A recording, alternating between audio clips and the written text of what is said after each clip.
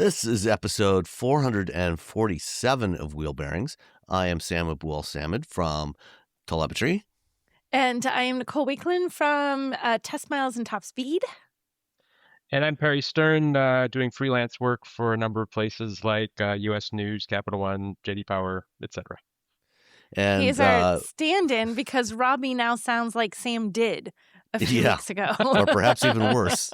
Probably worse, yes. Yeah, because he was rehearsing with his bands over the weekend and went into rehearsal with a sore throat and did not turn out well. And they have a big show on Friday night, so he's got no crossed. voice right now. Hopefully by Friday he'll be able to sing again. So, but poor Robbie. In the meantime, we got you, Perry. No, the added bonus for all of us. Well, and it's good because last week all three of us were in New York for the New York Auto Show, and unlike most North American auto shows of late, there was actually a lot of stuff there. There was a bunch of new stuff. It was kind of cool because it didn't feel quite as frenetic as like old school auto shows when we just go from conference to conference to conference and never stop. But you did have stuff to see. And I kind of think the biggest thing of the whole, that they pulled it off was Hyundai with their new concept where they told nobody anything, no pictures, no hints, no nothing. Even the people who were hosted by Hyundai were like, I don't know. Like they didn't tell anybody anything. It was like you had no idea. So if you wanted to know when they revealed it, you literally had to show up for their conference. Which is how it used to be. Back in the late 90s, early 2000s, I'd go to the Detroit Auto Show and there'd be 50, 60 new cars debuted and we wouldn't know any of them until the wraps came off, which was a lot more work, but it's exciting. You're right. It was almost like that was the star of the show, the fact that it was a surprise. Right, that they actually, and one of my favorite things was we were all trying to guess what it was. Like everybody, what do you think it is? Is it a truck? Is it an SUV? Is it a full-size truck? Is it a mid-size truck? Is it like nobody really knew. Nobody knew. And I loved that they were guessing by the journalists going because there were a couple of truck journalists that went, Tim Esterdahl was there. I did the same thing, exactly. Yeah, and what is he? Pickup truck talk and SUV plus SUV pickup truck talk. I messed it up. Pickup plus talk. SUV talk or something like that. Yes. Anyway, he was there, and we all looked around like, "Oh, Tim's there. It's got to be a truck." They invited Tim. It was not a truck. It was an off-road SUV concept. So I'm like, "Oh, you." It was all part of the distraction. It was, and they even kind of said, like, we sort of tried to really throw you guys off your game.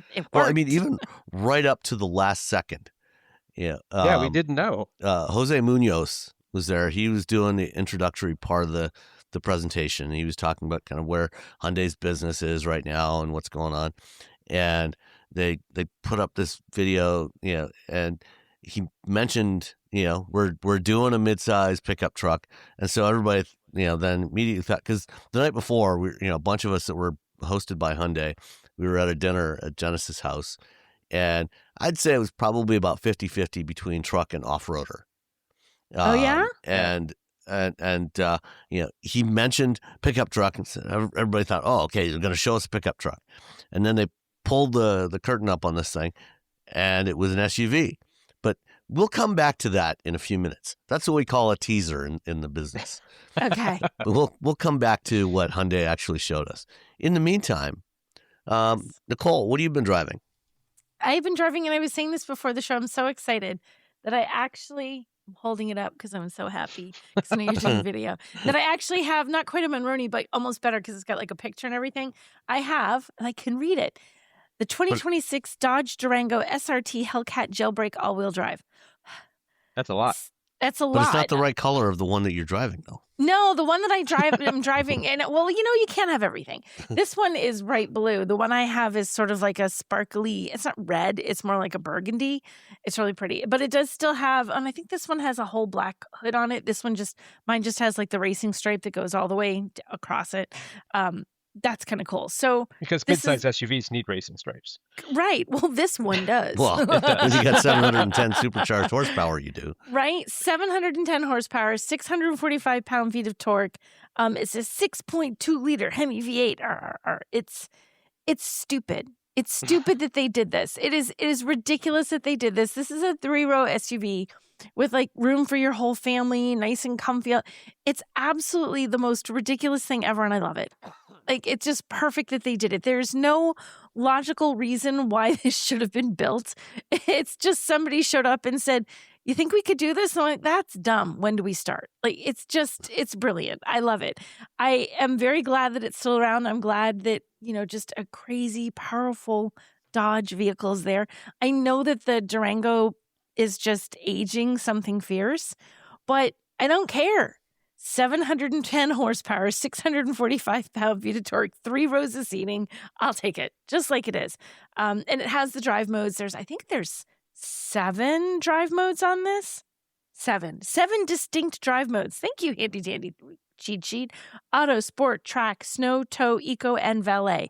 And you want that valet so that your guy doesn't go cruising around having a good time while you're having dinner and trash your SUV. That's brilliant. But I drove it in auto and in sport, mostly sport.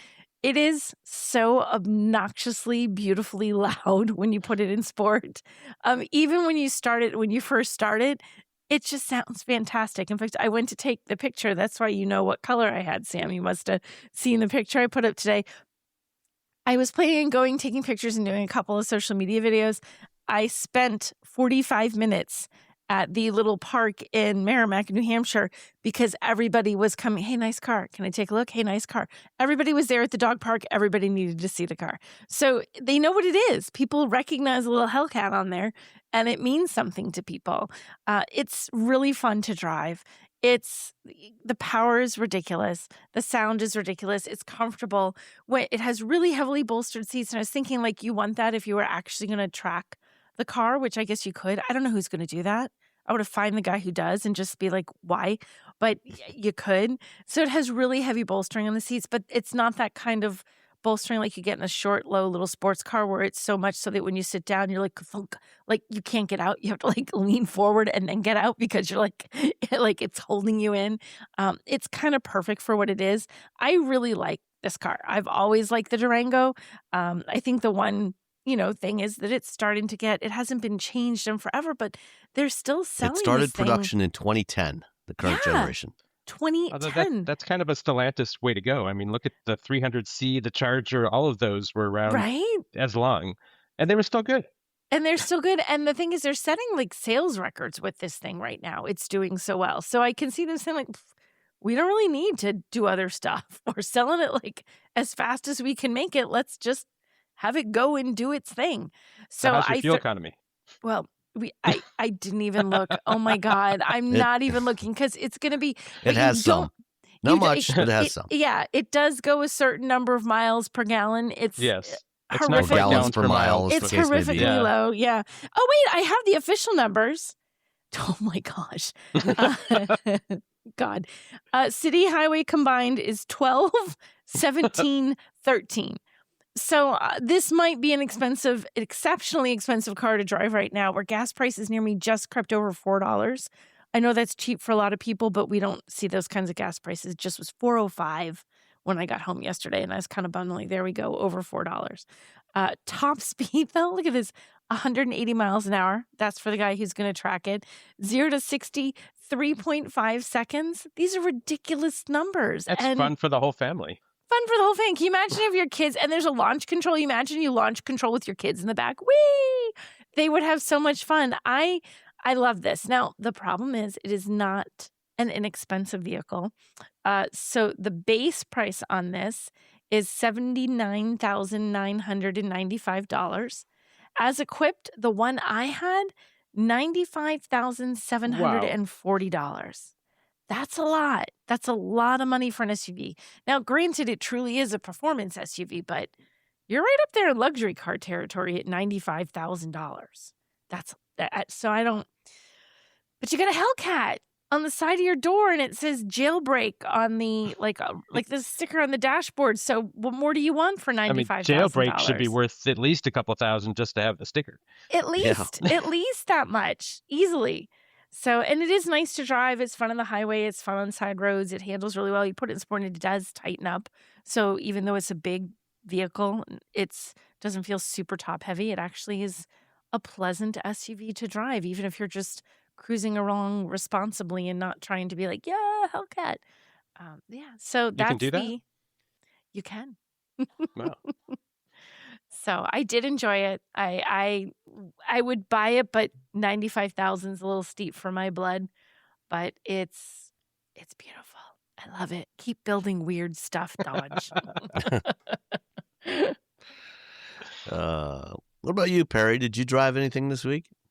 I did. I've got a Toyota Tundra, four-wheel drive crew cab TRD Pro. So this is their, high performance off-road truck, designed to go, at good speeds when the road is not good, or basically when you don't have a road. And I like it. It's somewhat subtle because it's this dark gray color, but it does have the big brake calipers, the red tow hooks. Is it red tow hooks? I'm trying to remember now. But it says, TRD Pro in big letters on the back of it, but it's still it's funny, it doesn't really look like it's raised up that high. But it's got the off-road tires, it's got the off-road suspension, and the coolest thing in this truck are I guess they're called the isodynamic seats. So it has those crazy seats. It does. Both front seats have their own independent suspension. And so you can adjust. There's little switches in the back of the seat, and they look really cool. They've got these two like cross pieces that have little gauges on them, and you can actually change them from off-road to on-road. So when you're on the pavement, it's a little firmer. It doesn't move around as much. When you're off-road, you put it to off-road and it absorbs all the bumps, and you can actually rock around in the seat and it moves on its own. And so I've actually have it in off-road because I found that's actually more comfortable on any road. So I've just kind of left it there. And the interesting thing is there's a little pump. You can actually change the pressure if you want. You can make it stiffer or make it looser. It's such a wild feature. I mean, it's not cheap. It's about $1,000 to add that. Is it worth $1,000, Perry? Well, given the fact that the whole price of this truck is $82,000, $1,000 here and there is really not that much difference. Okay. But I took it. There's, where I live, there's a lot of gravel roads that are now really bad shape after the winter. So I mean, potholes that are, I don't know, 4 or 5 inches deep, and they're big, and there's a lot of them. And I had taken a Bronco Sport out on some of my favorite roads a couple of weeks ago, and I thought over 25 miles an hour, I thought the whole thing was going to shake loose. I mean, it was just it was really bad roads. And so I took the Tundra on the same roads, 55 miles an hour, and it just smooth as. So, I mean, it's amazing how well between the seats and the truck suspension, it is designed to handle roads like that. And so if you lived in a place like that, where the roads are not paved and they're not good, I mean, having something like this could improve your life dramatically. And it's comfortable inside. It has red leather interior. In fact, I thought this was quite amusing. Yesterday, I looked outside and there was a female cardinal sitting on top of the truck looking in the sunroof. I think it saw the red. Got a little confused. Apparently so. But it's nice to drive actually on the freeway. It's surprisingly smooth and comfortable. It's got a ton of power. It's the hybrid. It's getting, I don't know, 14 or 15 miles per gallon right now, but a lot of that's been off-road, or at least off pavement. And it's pretty enjoyable to drive. I actually, like the hybrid system. I would have expected that it would be, even on the freeway, it still wasn't getting much over 17, 18 miles per gallon. The actual EPA numbers are 18 city, 20 highway, 19 combined. So I was about where it expects. And granted, it's a big truck and it's got off-road tires and all of that, but overall, good power and really enjoyable to drive. Yeah, I've never gotten over 18 with any of the current Tundras or Sequoias with the hybrid system. It's not a particularly efficient powertrain.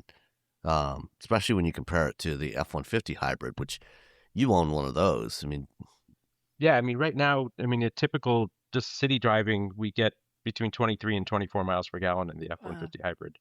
yeah, Um, and and yeah, I've noticed, just in the little bit of time I drove the Toyota, um, it doesn't drive on electric near as much as the F-150 does. I mean, the F-150, you can actually cruise through town and it'll just sit there with 0 RPMs, where when I lift off the throttle on the Toyota, it will drop down to shut off the engine, but you breathe on the throttle, the engine's back on again.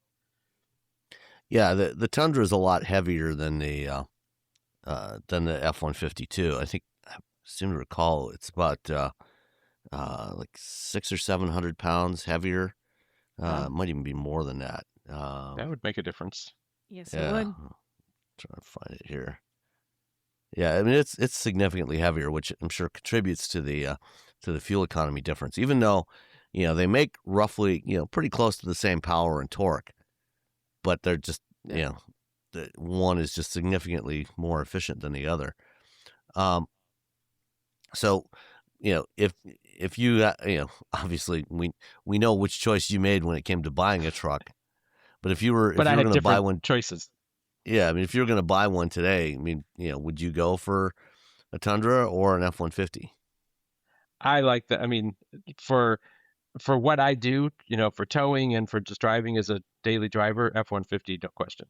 Because they're both very comfortable inside. They both have all the advanced safety features. They're, they're very comparable, but I think that the hybrid system in the F-150 is better. The other thing is that, which I use in the F-150, is it has a 7.2 kilowatt generator built in, which still shocks me that no one else has done what Ford did.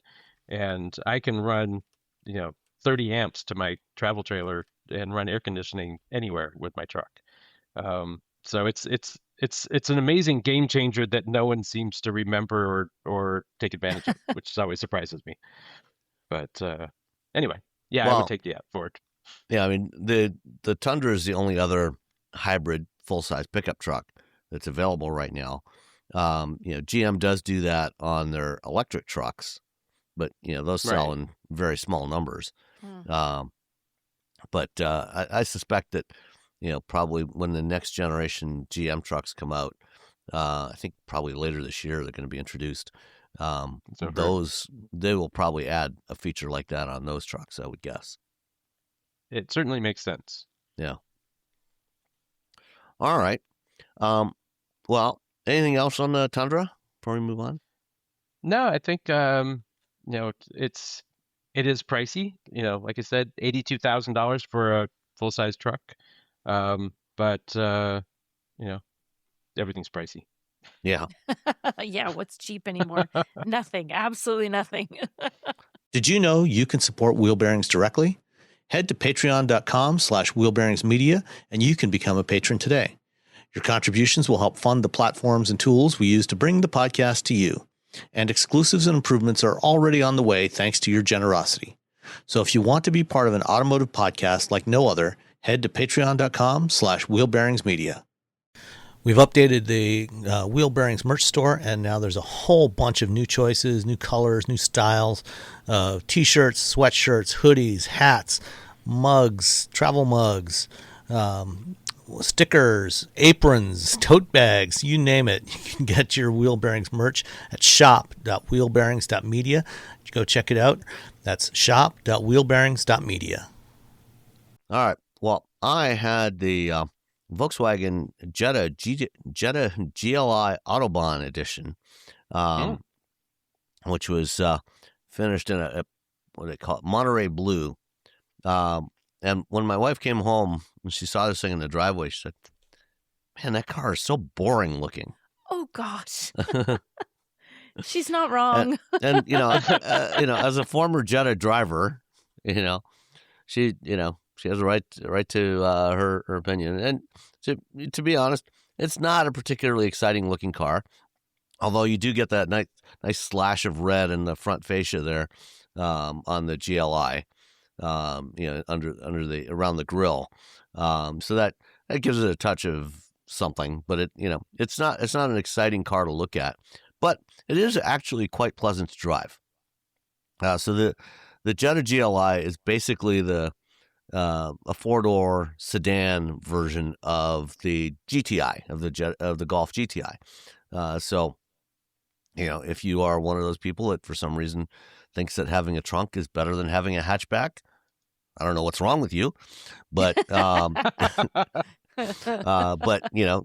VW's got you covered on both fronts. So you can get the Jetta GLI or the Golf GTI. In the GLI, it's got the 2-liter EA888 4-cylinder turbo engine, which is the same engine that Volkswagen currently uses on almost everything that they sell in North America. So it's 228 horsepower, 258 pounds-feet of torque, which is actually pretty good. It's more than enough for this car. It's also paired. You can get it with a 6-speed manual transmission. Unfortunately, the one I had the 7-speed DSG dual clutch automatic, which actually most of the time is fine. The one, when we had our Jetta TDI wagon, we had a DSG gearbox in there as well, but it was a 6-speed. The 7-speed, doesn't behave significantly differently, but the one thing that you will notice the most is just accelerating off the line. You sometimes get some lag, before the clutch is engaged and it really kicks in. And so you step on the accelerator, and this is particularly noteworthy when you go to one of these from an EV. And we own an EV. And when you get into an EV and you step on the accelerator, it just goes immediately. There's no waiting around. And with a regular automatic transmission, a torque converter automatic transmission, you get a slight bit of lag, but not much. Modern automatics are pretty good about that. They're pretty responsive. And when you get into a dual clutch gearbox, it's like, okay, you step on it. And go get some coffee and come back. Yeah, it's most problematic, when you're, for example, trying to make a left turn out of your neighborhood onto a busy street, and you're trying to time it right because that there's going to be some lag there, and you want to be able to get out there before the cars coming at you from the left are going to get to where you are, and before the cars coming, from the right get to where you are. You want to try and get that gap. That can be a little problematic to time just right. But other than that, the gearbox works fine. It shifts smoothly, it shifts quickly. The engine's nice. It's got plenty of power, plenty of performance. No real complaints with that. The seats are quite comfortable. I've always liked VW seats. They've always been pretty good. This one, has most of the options on it. It still has some of the touch control stuff that VW put on a lot of their recent vehicles, like for the temperature controls. You got to drag your finger along the slider on the dashboard, which is a bit annoying. But there is a volume, a rotary volume control, so that's good. It's got Android Auto and CarPlay support, all the usual stuff. The rear seat is roomy enough as well for adults, so I can easily fit behind myself in the rear seat. It's generally quite a pleasant car to drive. The handling, the ride is good. So the chassis dynamics of both the GLI and the GTI, it's a fun car to drive once you get it off the line, once you get it moving. The one that I had, as I said, was pretty loaded. There was actually no options on this thing. So for the Autobahn edition, that's the top of the line model. The total price on the Monroney, $35,670, which is quite a bit, I think, for a Jetta. You can get 3 of those for the price of a Durango Hellcat. That's true. Yeah. You could. Worth noting. Everything is relative. Yeah. You guys want to take a guess at the destination charge on this one? I'm gonna go $1,295. I'm thinking $1,500. Nicole, you were off by just $20. It was $12.75. Wow, that's nice woohoo, guess. go me.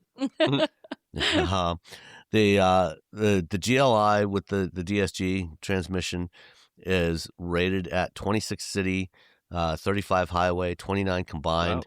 Wow. I was averaging about 27 with it.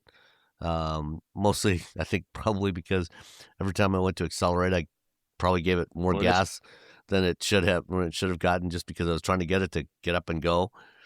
But other than that, it's a very nice car to drive. Like I say, not exciting in the least to look at, but very nice to drive. So if you want a GTI with a trunk, VW's got you covered. I actually just pulled it up to see when you were talking about the pictures or what not being very exciting. And it is really just the red stripe. That's the only personality in the whole thing. But on the one that I happened to pull up, it was black with the red stripe. And for all the world, the little red piece on the bottom reminds me of when you see someone driving like a Charger and they still have the little protectors on them. I forgot to take them off. Yeah, I'm like, oh, that doesn't give me the right vibe. That's literally what I thought when I looked at it. Yeah, and on the Autobahn, you get the black wheels and everything, so it really makes it even more subtle to look at. Yeah. And there's a couple of little splashes of red inside the cabin as well. On the steering wheel, there's a little splash of red on the bottom spoke of the steering wheel. There's a little red surround on the shift lever. You get some red contrasting stitching on the seats. So, inside there's a little bit of some interesting stuff, but again, just, not, I think it's good, if what you want is a car that you can drive fairly swiftly, and not get noticed by, say, law enforcement officials, things like that. There's something to be said for that. Yeah. So that's the Jetta. All right, let's talk about some of the stuff we saw in New York.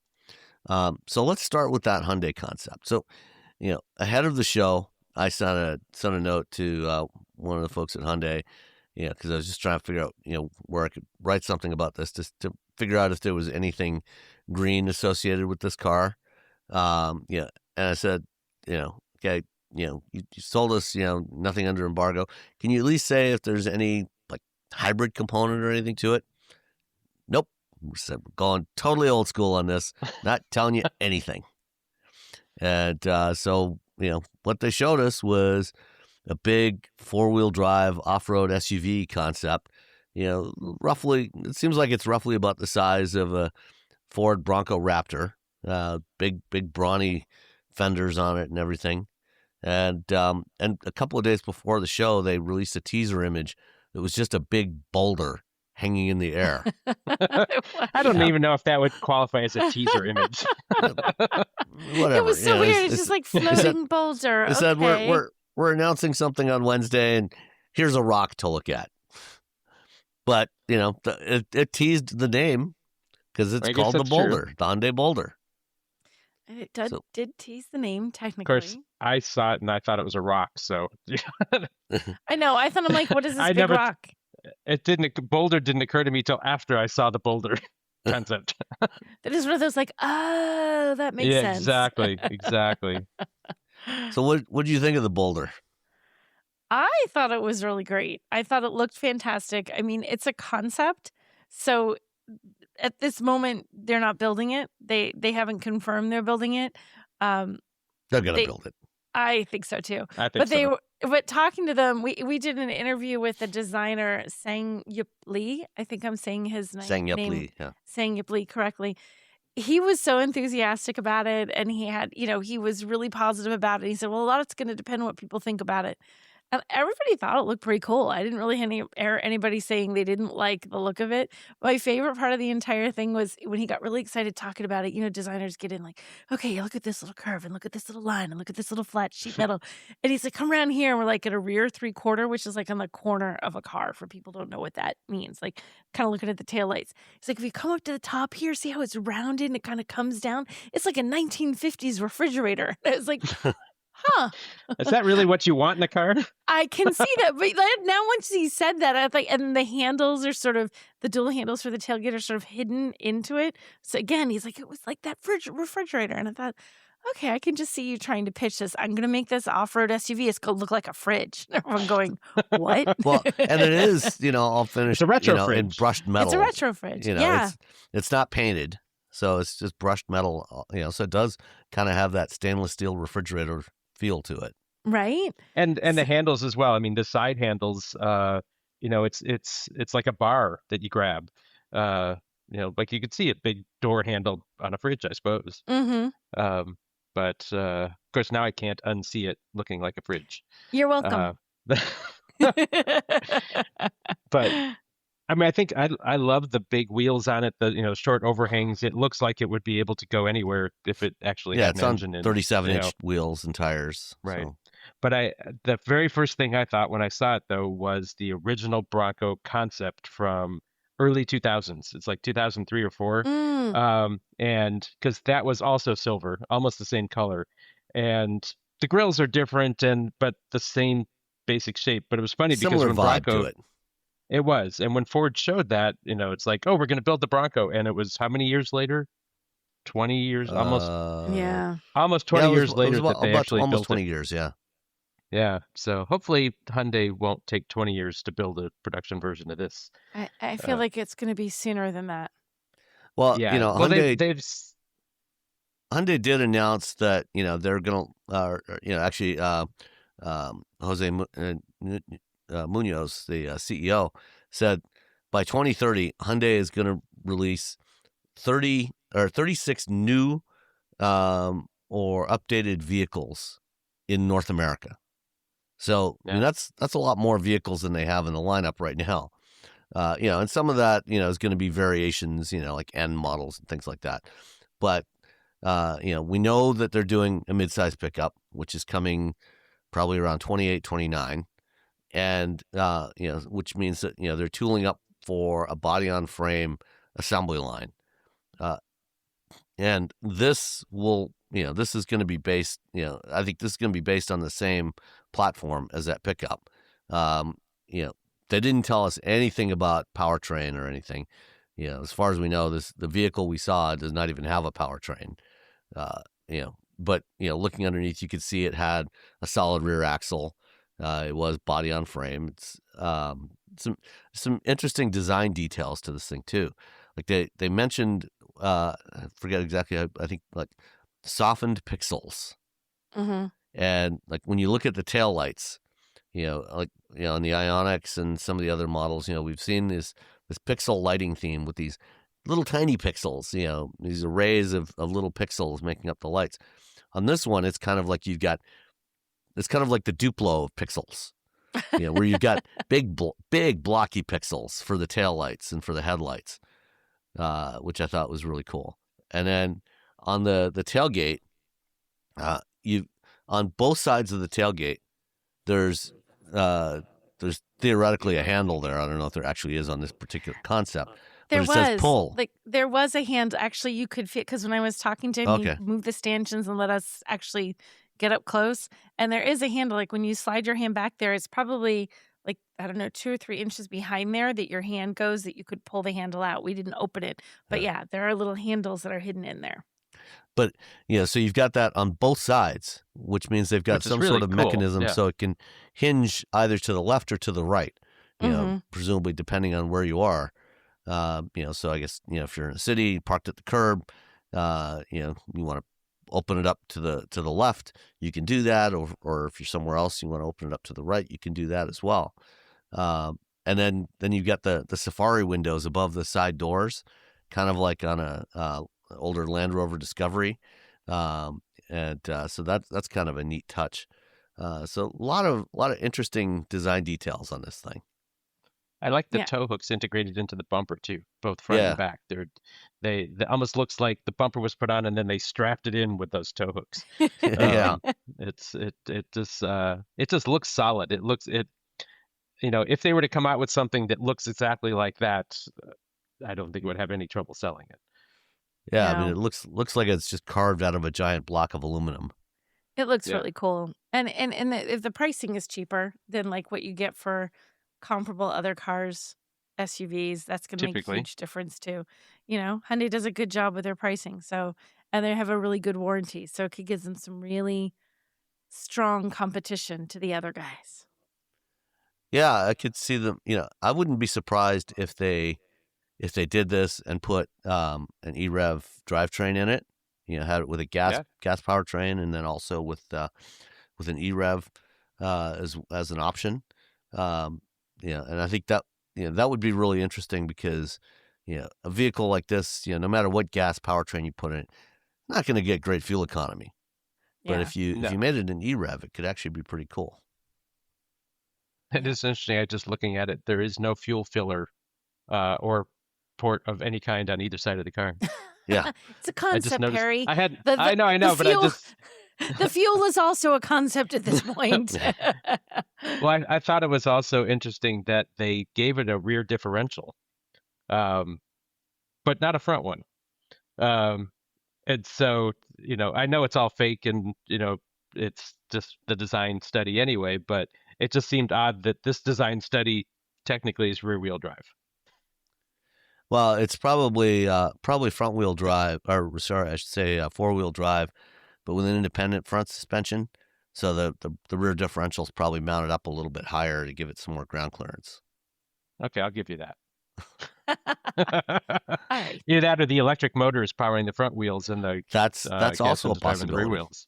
That's a possibility too. Yeah. So many options when it's a concept vehicle. So many possibilities. Anything is possible. All right. So let's move on. Hyundai's corporate cousins at Kia had a press conference, and they showed 2 new vehicles, both of which have been sort of seen before, but this is the first time they've been seen in North America, and they're both coming to the U.S. market. So first up was the new 2027 Seltos, the second generation Seltos. What did you think of the Seltos? Like, I didn't realize, I wasn't there when they showed it officially, and I didn't realize it was a Seltos when I walked by it. It looks so different in the front. It's like, what is that? I'm like, that's the Seltos? Like, they made it look so different. It doesn't even remotely resemble what it was before. It's like a baby Telluride. It's like a baby Telluride. Very That's much why I was so. confused. I'm like, this looks, what is this? This is not a Telluride. This is too small. What am I looking at? It's kind of the design is kind of a mix of Telluride and EV9. Because when the teaser image that they showed the week before the show was a front view, straight on front view, and it just had the running lamps on it. It's got the 2 vertical running lamps like the Telluride, the new Telluride has. But then when you look at it from the side is much more EV9, with some creases in the bodywork and like the same sort of roof line as the EV9, but obviously a lot smaller. And it's slightly larger. It's about 2.5 inches longer than the current generation Seltos. But it's still a fairly compact crossover. And it's gonna have 2 gas powertrains, the same ones that they have today with the 2-liter naturally aspirated and the 1.6-liter turbo. And then later in the year, they're going to launch a hybrid version as well. So it'll be the first time that there's a hybrid version of the Seltos. Which is cool. I mean, I think, and that will be all-wheel drive. They said it's the first electric all-wheel drive system they've ever offered. With the hybrid. First one with a rear e-axle. Right. So they've had hybrids, but with a mechanical drive shaft driving the rear wheel. Right. So this will be just the drive motor, just the motors driving the rear wheels, I guess. Yeah. But front wheels. Rear wheels. Same way Toyota does it on the RAV4. Right. But I thought it was interesting that the tail lights almost look a little K4. That vertical, it's almost like at night I could see them being almost the same. Yeah, there's elements of a bunch of different current Kia models in there. But I thought the most interesting thing was the headlights are completely integrated into the grille. In fact, I I tried to get them turn them on just so I could even see where they come through. But if you get close, it's like the grill looks like it goes all the way to the edges, except that the headlights are built into it. Yeah. Which I thought was kind of a cool feature. And then interior, it's like the rest of the newer models, like the Telluride, where it gets rid of the dual purpose display, which has always driven me crazy, where you have to toggle between vent and audio, and I hate that. I hate So it that's too. gone. That's gone. In fact, the Kia folks, I think, weren't big fans of it either, at least No. the US folks. And so yeah, I think that it's going to be it's really has a nice interior. I think it's going to do well. Yeah, there's again, a lot of elements that you find in other current generation Kias. So you get the same basic display setup that you get in the EV9 and in the Telluride, and I think the K4 as well, where K4 you has got it, yeah. a single sheet of glass. There's two 12.3-inch displays, and then you got that little 5-inch display in between for some of the climate control stuff that is completely hidden behind the steering wheel. Yes, that does bug me. I mean, granted, it's not something you have to access or do anything with much, but it still bugs me that you can't see it. Yeah. Hey. But then you do at least get physical controls for temperature and fan speed, and then some other stuff, and the little volume roller in the middle of the dash there, and of course manual vents, always a good thing. I sat in the back seat. I set the driver's seat for my position, and then I got in the back seat, and I had plenty of room back there. I had several inches of knee room, had enough headroom in the back. There's plenty of cargo space in the back, it looks like. So I think this could be a very practical vehicle. Starting price will probably be similar to where the current Seltos is around. I think the current Seltos starts just under $25,000. So it'll probably be around 25, 26 grand to start. The hybrid will probably run, I'm guessing, low 30s. It makes sense. Yeah. It'll be a good price. People will be happy about it. They finally are paying attention to it. It's not the stepchild no one's looking at. Yeah, and Exactly. it's a sharp looking little crossover.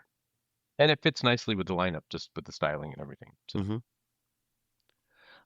And then next to that was the EV3, which I think we saw did they have the EV3 at the show last year? I know they talked about it. I thought it was an EV4 last year that they Well, they had an EV4, but I think they also had an EV3 there. I don't remember that from last year, but I don't that's think possible. I'd seen it before. But I know they talked last year they talked about the plan was to launch the EV4. It was supposed to launch in the fall of 2025. And then the EV3 was supposed to come out in the first half of 2026. Well, the EV4 has been canceled for the North American, or for the U.S. market. You can actually buy the EV4 in Canada and in Mexico, but you can't get it in the U.S. because we can't have nice things. But the EV3, they kept the EV3 because it's more crossover type body, but it's looking at the dimensions of it, it's slightly smaller than the Seltos. It's about 2.5 inches shorter than the Seltos, and it sits a little bit lower, but it's got that kind of crossover-ish shape to it, and it's built on a 400-volt version of the eGMP architecture. So it doesn't charge quite as fast as like an EV6 or EV9, but still, it'll do 10 to 80% in about 25 to 30 minutes. so still reasonably quick. Yeah. Mm-hmm. And this one is coming out later this year. They're not talking pricing yet, but when I talked to a couple of people from Kia, about what their targets are, what are they benchmarking for this thing? They specifically talked about Bolt and Leaf, which both start at $30,000. That makes sense. And the EV3 is going to be available with two battery sizes. There's a 54 kilowatt hour battery and a 74 or 75 kilowatt hour battery.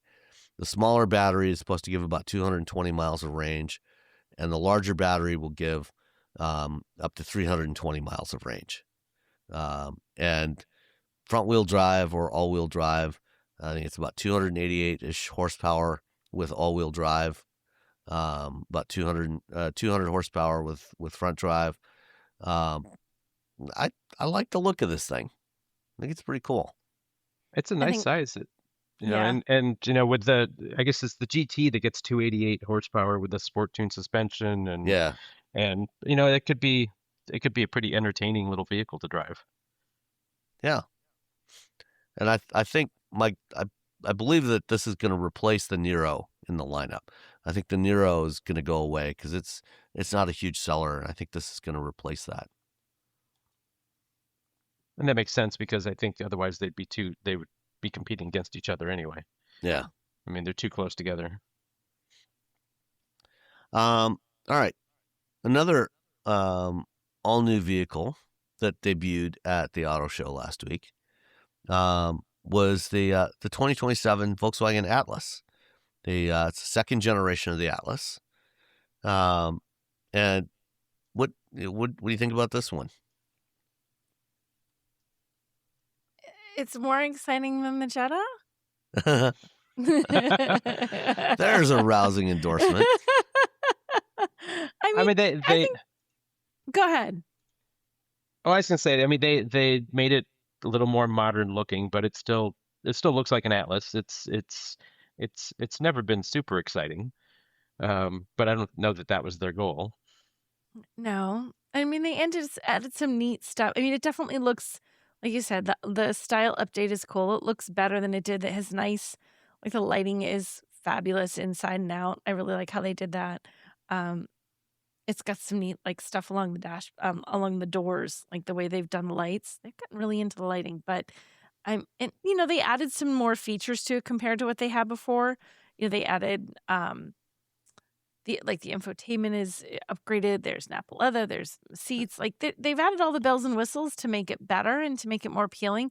It's still not like this super compelling vehicle to me though, but it never really has been. I think it's nice steps forward, but I don't like. I'm like, wow. Like I don't know. What about you, Sam? Or Perry? Either I was one just of gonna you. say, I mean, that's kind of how it was. I remember when the first Atlas came out.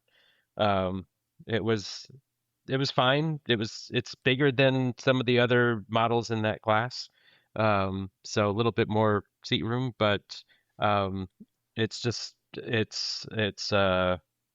wouldn't say boring. It's just doesn't stand out ahead of, there's nothing I can think of that the Atlas is the one for that, that it's not the sporty one. It's not I don't know. There's just there's such competition in this segment. Like there's so many. And I guess putting the Atlas in there, gives them that vehicle so that they fill that niche for people who are Volkswagen loyalists.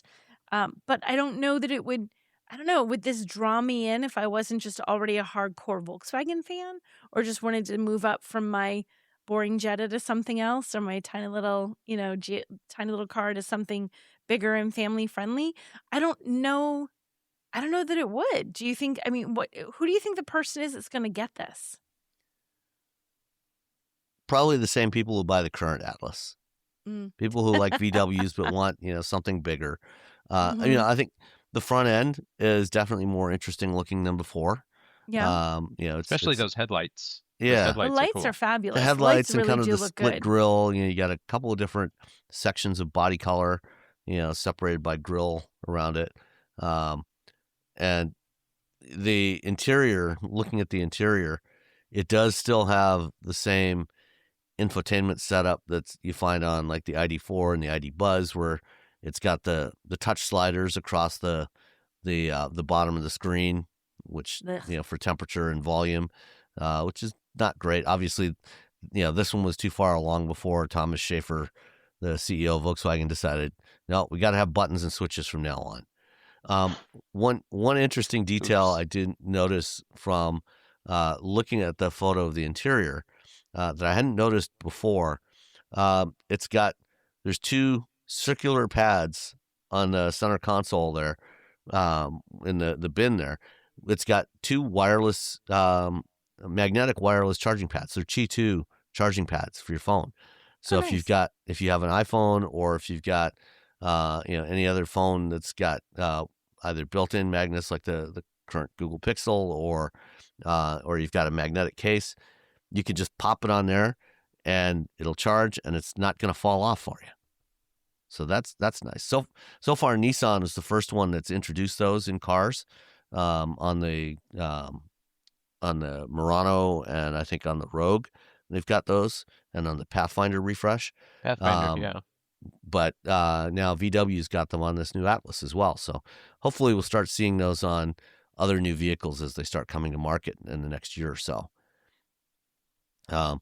Powertrain wise, they only they're launching with just another variant of the 2-liter 4-cylinder turbo. This one producing 282 horsepower, 258 pounds-feet of torque. So it's 13 more horsepower than the old Atlas.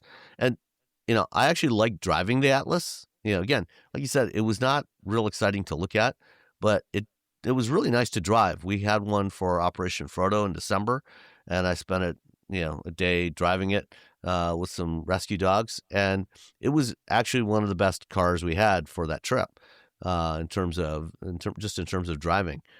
Driving long distances on the highway, very comfortable, very smooth, good, had good wind resistance. We had crosswinds, so it was nice to drive. And let's see what else. They have a 1-year. It comes with a 1-year trial subscription to Premium Speech. Volkswagen's generative AI-enabled voice assistant helps with natural language tasks. Oh boy, will that be fun! Yeah, I'm already thinking of trying to find the off switch. They have promised that they're going to add a hybrid as a mid-cycle refresh for this Atlas. So that's probably 2-3 years away. Unfortunately, it'd be nice to have one at launch, but better late than never, I guess. True. All right. And then there was another brand new 3-row SUV that was launched. And that was the Subaru Getaway. Perry, I think you've probably seen more of this thing than either of us have. Yeah, I went and spent a day crawling through it and taking pictures of it. And it's interesting because this is it's on the same platform as the Toyota Highlander that just recently was introduced, which is also all electric. In fact, pretty much every Subaru electric has a Toyota twin. But interestingly, this one has more power than its Toyota partner. So I think the Toyota is what, 370? No, 338 for the all-wheel drive and 221 for the front-wheel drive. Where the Subaru is going to come standard with a dual motor 420 horsepower system. So they're saying 0 to 60 in about 5 seconds, which for a 3-row SUV, electric or not, is still not bad. But I like the style of it. I think it doesn't have all the cladding of all of their other cars, which gives it a bit of a cleaner look. It still has the whole Toyota system inside, but it's instead of the same dashboard that's in the Trail Seeker, in the Uncharted, and in Solterra, where you have to look above the steering wheel to see the gauges. This one is a more normal setup. So it has the newer system where it's got a digital display, but it's you look at it through the steering wheel like a normal car. And it has the big touchscreen display, which is a nice improvement over the previous one as well, which is introduced. It's a Toyota system, but it's on the new Toyota Highlander as well. Does get the dual phone chargers. It's got, I think, comes standard with 6-passenger, but you have optional 7-passenger seating. I got in the third row, and it's a little short on legroom, but width-wise, it actually is pretty comfortable. And so, if you can convince the people sitting in front of you to slide their seats forward, you actually have a decent amount of space back there. So I think it's a little bit bigger than the Ascent, interior and exterior. It doesn't sound like the Ascent is going anywhere, at least in the near future. It's still, but who knows? I don't I was concerned that they were going to come out with this, call it the Ascent, and say goodbye to the Ascent, which that apparently is no. not going to be the case. So yeah, it's supposed to be in showrooms later this year, and later on they will have a more standard battery, which will be obviously less expensive with a lower range. I think they're saying for this one, the range they're expecting is, they're just saying more than 300 miles. And charging, it's still max of 150 kilowatts, so 10 to 80% in about a half hour. I had a chance to look at this one too. I went to the preview out in California. I got to see it.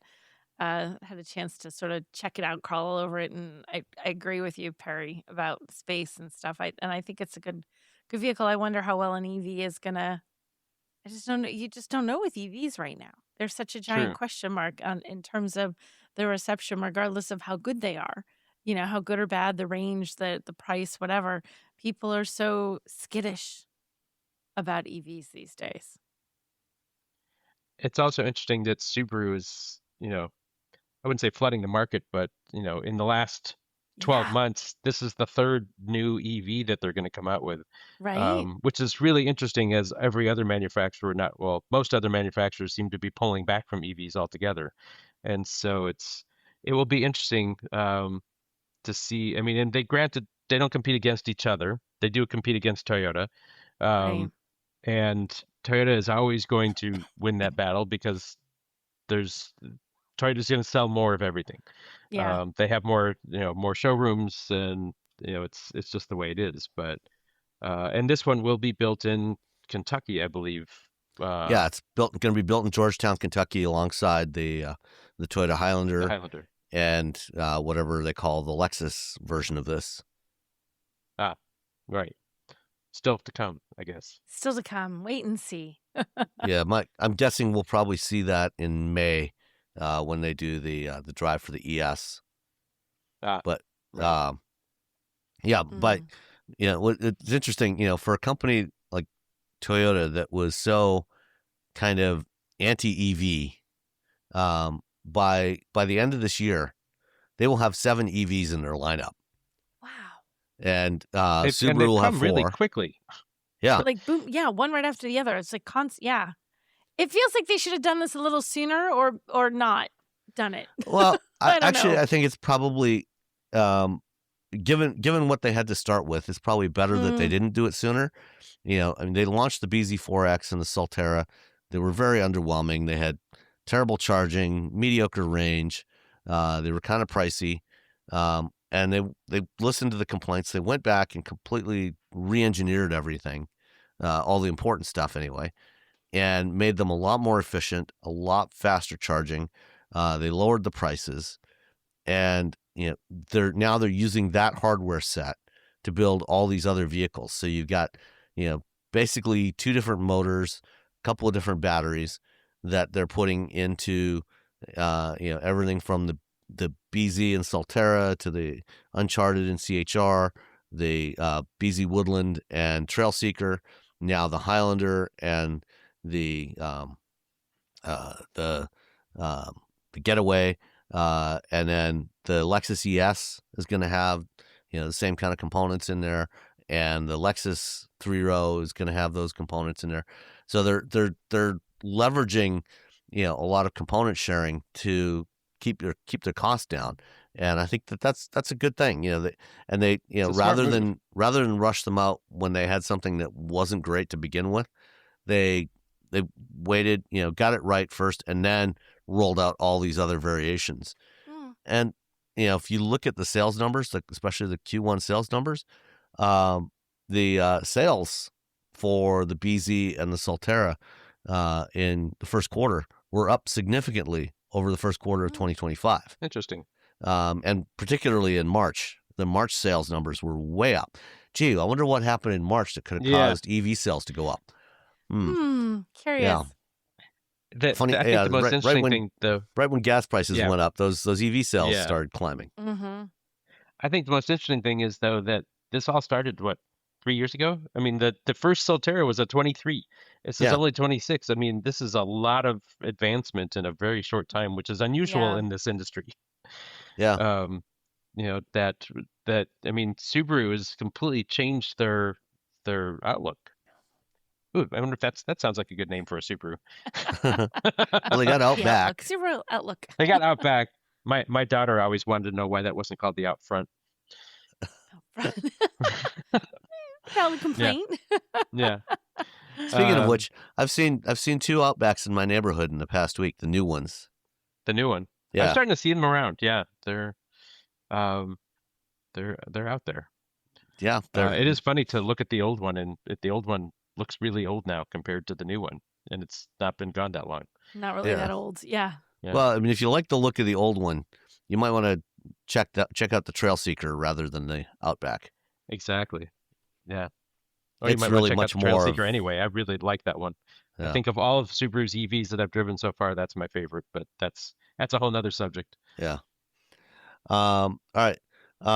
There's also one other Kia vehicle from the auto show that we neglected to talk about, which is the PV5, which they showed as a taxi in partnership with Brawnability. So Kia first showed the PV5 and a bunch of other variants of it at CES in 2024. Yeah, 2024. They showed them, and those so this is sort of a mid-size van that they had on display there, the PV5, and so smaller than something like a Transit, bigger than like the old Transit Connect or the old ProMaster City, relatively tall, and they partnered with Brawnability. Brawnability is one of the biggest providers of wheelchair accessible vehicles in the U.S. And so they do modifications on a wide range of different vehicles. So you can buy Chrysler Pacificas, Toyota Siennas. There's a bunch of different SUVs that they do. I can't remember if they do the Odyssey or not, but there's a bunch of different vehicles that they sell with wheelchair accessibility kits. And one of the things you'll notice whenever whether it's Brawnability or one of the competitors, typically whenever you see a van that's got a wheelchair kit on there, it's usually been jacked up. So suspension's been lifted up so that they can get the access in there for the wheelchairs, with a reasonable ramp height and other things. But they worked very closely with Kia on integrating into the PV5. And I talked with somebody from Brawnability about what they did with this thing. And because the PV5 is a skateboard chassis with, the battery comes up to the rear axle, and then there's independent rear suspension. There's nothing really between the rear wheels.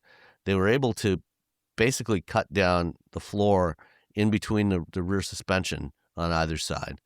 And they didn't have to really do anything to the suspension at all. So from the outside, it looks like a perfectly standard PV5, but it's got a nice, reasonable ramp angle for the wheelchairs. And one of the things he was explaining about a lot of these wheelchair conversions is the anchor kits for the chair. It's usually separate cables that, a lot of times they'll get lost or misplaced. And, then when a driver is going to pick up somebody in a wheelchair, they don't always have all the cables. So they can't strap the chair down. And so then they got to call another car. This one, they've designed the system with integrated cables or integrated anchors in there for the chair, so that they're always there. They're not rattling around. It's a lot easier to use, a lot easier for the driver to get the chair hooked in there. So you roll the chair up into the back, hook it down so it doesn't move around, and then the ramp folds up in the back. When there's a chair in there, the ramp folds up in the back. When there's no chair in there, the ramp can actually just slide right up on top of the part of the ramp that extends out, just slides up on top of the floor. And so you still have a flat floor. So if the car is picking up somebody else who's not in a wheelchair, You still have all that cargo area back there. And they've got this one wrapped like a New York City taxi. They're talking to the Taxi and Limousine Commission about getting these things approved for use as taxis. They haven't got that yet, but I think this would be a good addition to the fleet in New York and other cities, where you need wheelchair accessible vehicles. Yeah, I It's a think cool setup. Yeah. it's neat, and to make it a little bit more easily accessible for people in wheelchairs too, like you said, not having to do any kind of upfitting to make it work. It looked really neat. I think it's a great idea. We'll see. They seem very positive about getting it approved, so I think it really is hopefully just a matter of time. Yeah. All right. Next up, Stellantis. They have a plant in Brampton, Ontario, which is just west of Toronto, which is where they used to build the Charger and Challenger and Chrysler 300. And then before that, they actually built Jeeps there for a long time. The plant was originally slated to produce the next generation Jeep Compass. Well, last spring, after somebody imposed tariffs on Canada and Mexico, Stellantis paused their retooling efforts at the factory and decided not to build the Compass there. They later on changed their plans and decided to build the Compass in Illinois instead. But they've got this empty plant, and they've been trying to figure out what to do with it. Well, now that Canada has a trade deal with China that's going to allow Chinese vehicles to come into the Canadian market, Chinese EVs to come into the Canadian market, and they're also encouraging Chinese vehicles to be built in Canada. Stellantis is now in talks to convert that assembly plant over to building vehicles from Leap Motor, which is a partner that they own an equity stake in Leap Motor, and they're talking to the Canadian and Ontario governments about building Leap Motor EVs in that plant, which could be interesting. I have a feeling that when these Chinese EVs come into the Canadian market this year, they're probably going to sell pretty well. But now we're starting to get a lot of noise from Washington. The Canadian ambassador or the U.S. ambassador to Canada already declared last week that Chinese vehicles are not going to be allowed to cross the border from Canada. So, Canadians who buy a Chinese vehicle, if they want to visit the U.S., they are not going to be allowed to drive those vehicles across the border. Senator Bernie Moreno has introduced a bill to ban any Chinese vehicle, both to ban vehicles from being driven in, from being imported, or even from being built in the U.S., which is kind of nuts. And a big part of one of the reasons they keep giving for trying to ban Chinese vehicles is, this nonsense security reason. You're saying, if we get these Chinese vehicles in the U.S., they've all got these cameras on them. You know what else has cameras on them? Every other vehicle that you can buy right now. Mm-hmm. Not to mention your phone and everything else that you carry around. and they're going to be sending all this data, doing all this spying and sending data back to China. It's like they don't need to import vehicles or build them here or anything else to do that. They could just go out and buy, any vehicle that's already on sale here and slap some cameras in it. And if they want to spy, they can just drive around and capture whatever they want. Yeah, it's a ridiculous argument. But what do you think about the idea of Stellantis building Leap Motor EVs in Canada?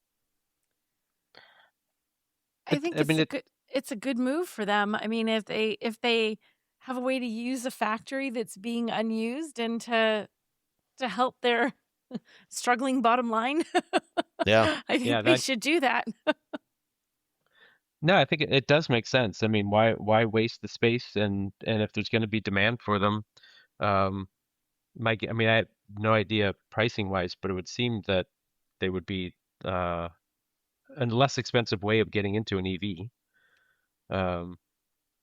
Well, So- I mean, a couple of years ago when Stellantis had their last investor day here, Carlos Tavares, the then CEO, talked a lot about Leap Motor and said, this was a pathway for them to get much more affordable EVs into the market, not just here, but in Europe as well.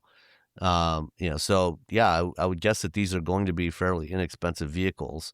Not as cheap as they are in China, obviously, but apparently fairly inexpensive. Although according to the story from Electrek, the proposal from Stellantis has already drawn fierce opposition from Ontario Premier Doug Ford and the Unifor Union, which represents about 3,000 laid-off workers at the plant. I can't understand why they would be so upset about it. If Stellantis wants to build something there, they're why would they're they going to care be what it recalling is? workers. Right. Yeah, it doesn't make any sense to protest it. But Yeah. there must be something else there as well. Yeah, but that could be interesting. Could be good. All right, the last story I want to touch on for today is one that actually just popped up in the New York Times today. It's about how a family of 3 lives on $25,000 a year in Corona and Queens. So this is in New York City, and this is an immigrant family, and the husband is he's driving for Uber and Lyft, and he is he's clearing about $25,000 a year after expenses, which to live in New York, or even in Queens, To live anywhere. seems Seriously. is insane. But reading through the story, the thing that really jumped out at me is that he's renting a Toyota RAV4 hybrid to use to drive. And I know, Uber and Lyft and some other companies do these rentals of relatively newer vehicles to drivers that want to use them for rideshare, or, for deliveries or whatever else. They can use them for DoorDash or things like that. And this guy is paying $2,400 a month to rent a RAV4. And he has Jeez. another $450 in car insurance on there. Yeah. So that's almost $2,850 that he's spending almost $3,000 a month just for the Which is car. almost more than he's spending to live. right. Well, actually, it is This more is- than he's spending. It to is because they says they Yeah, split it's split the rent with somebody. So that is more that I feel like there should be a better way to do that than that. Yeah. I mean, it sounds like he's getting taken advantage of. Yeah, it does. Yeah, it's like one of these rent to own deals, except that he's never actually going to own this vehicle. No. Yeah, there needs to be, some sort of pathway for, for people to, if they want to do this work, and reading the article, explains, why he's doing this, instead of some other job, because he's got a 7-month-old child. His wife just had a baby last year, and he likes having the flexibility, so he can go with them to doctor's appointments and things like that. And so that's fair, but if you're gonna do this kind of work, there needs to be some other pathway to getting a reasonable vehicle, a reasonably priced vehicle to use, because $2,400 a month to rent a RAV4. I mean, even if you took an if he could- insanely long loan, you wouldn't be paying anywhere near that much to buy one. Mm-mm. I was going to say, he doesn't rent it for, 4 months, 3 months. He could buy a reasonable used car. Seriously. I mean, Yeah. for 7,500 to 10 grand. I mean, no, it's not going to be anything great, but you can, there's got to be something that is still drivable, still usable, that he could use for. I mean, I don't know what their qualifications are, but yeah, it would seem that's there's no way you can win. No. You're never going to get yourself out of that. No, that's amazing to me. Wow. Yeah. Unfortunate.